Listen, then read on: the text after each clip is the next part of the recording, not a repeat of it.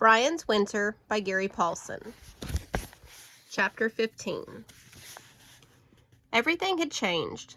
Somehow he had thought that it would be like normal hunting except colder and wider, but it wasn't. It all seemed a different world. He made a breakfast stew and ate while it was still dark, and didn't open the shelter until close to 10, when the sun was well up. Brian had never felt such cold, never thought he would see it, never thought that if he did see such cold, he would live through it. He had his hood up and had to breathe slowly in through his nose to warm the air so that it wouldn't stop halfway down his throat.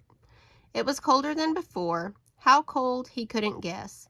But when he went to the bathroom, some of his urine froze on the way to the ground and broke when it hit, and he spit on a clear area of hard-packed snow, and the spit bounced.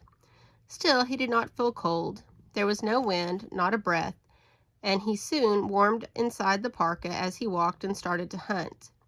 He hadn't shot in a while and wanted to try some practice shots, but he knew he would lose the arrows beneath the snow.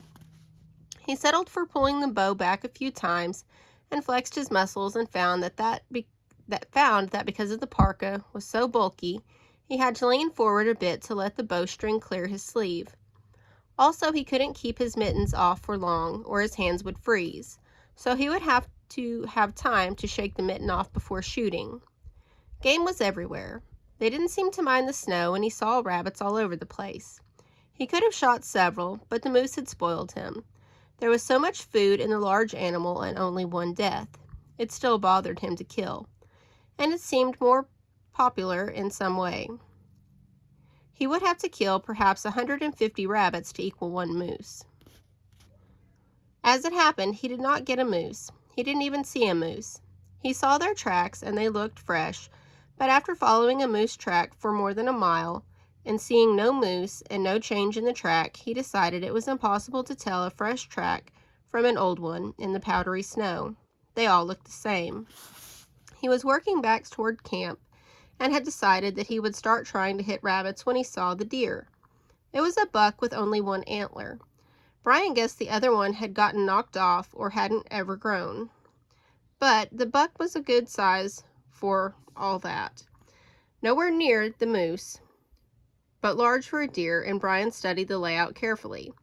Brian was on a small rise, and the deer was slightly below, standing on the edge of a rounded frozen pond about 50 yards away. Much too far for a shot.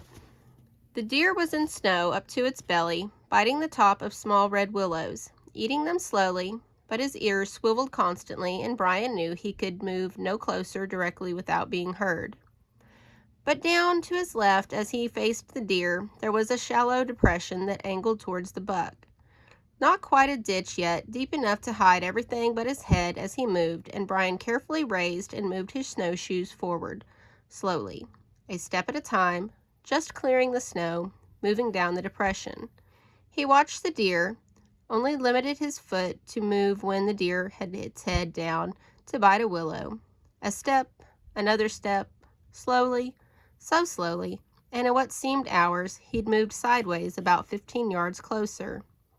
35 yards, still too far, twice too far. Wait, another step while the deer ate. Another, wait. Hold his breath, 2 steps, 1, half step, 20 yards, 18, 16, 15. 15 long paces. He had learned how to hunt, how to wait for the exact right moment, and not to waste his shot. He had eased his hand out of the mitten, let it hang on its cord, and he put his fingers to the string where the arrow lay, and waited, frozen motionless. The deer looked right at him, stared at him, then looked back, down, back up, stamped its right foot, looked at him again, and finally satisfied, turned to take another bite of willow. It could not get better. Brian raised the bow carefully, drew it, looked to where the arrow would go, where he wanted it to be, and released. There was a slight thrum of the string, and the arrow leapt away from the bow. The deer heard the sound and had time to start to turn its head, when the arrow disappeared into the side, just to the rear of the shoulder. Nothing happened. Brian stood still, holding his breath, the bowstring the bow still out in front of him. The deer stood, staring at him, seeing him now, feeling the pain of the arrow that had gone into the top of its heart, but still staring, and then settled down on its front end slowly, as slowly as Brian had walked, then down with its back end, and head curving over to the back until the one antler rested on its shoulder, and it died that way, looking back and up at the sky. Forever, Brian thought. It took forever. With the moose there had been violence, the charge, his killing lance, but this was a kind of murder. I should have missed, he thought, still standing with the bow out in front of him. I should have raised my hand, and the arrow would have gone up a bit, and I would have missed. I should have missed. In hunting terms, it was the perfect kill, and it made Brian feel perfectly awful. The deer had been eating, just eating, and hadn't known he was there, and the arrow had taken it. He shook his head. He had done what he had to do, and it was finished. He had taken meat, and it would be wrong now to waste it. He moved to the dead buck. It was a large deer.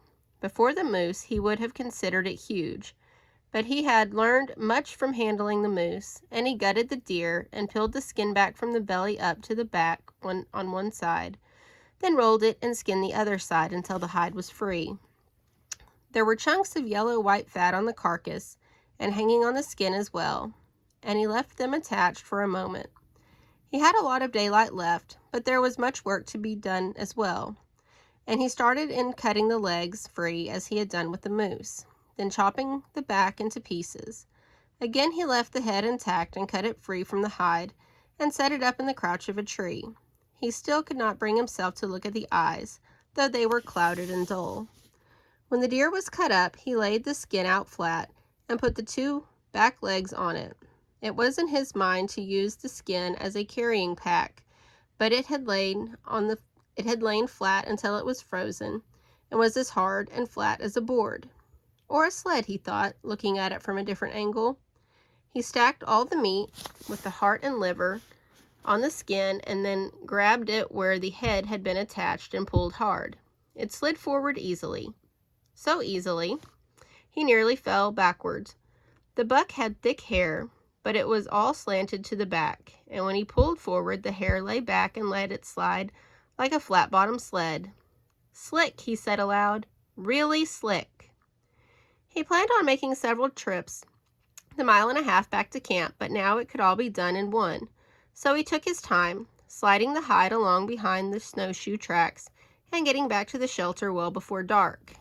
"I'm fat," he said, looking at all he had. The rest of the moose, all of the firewood he had gathered, the shelter, and now the deer. "I'm set. Now all I have to do is—" He couldn't think of a word. He wanted to say play, but he didn't think in terms of playing any longer.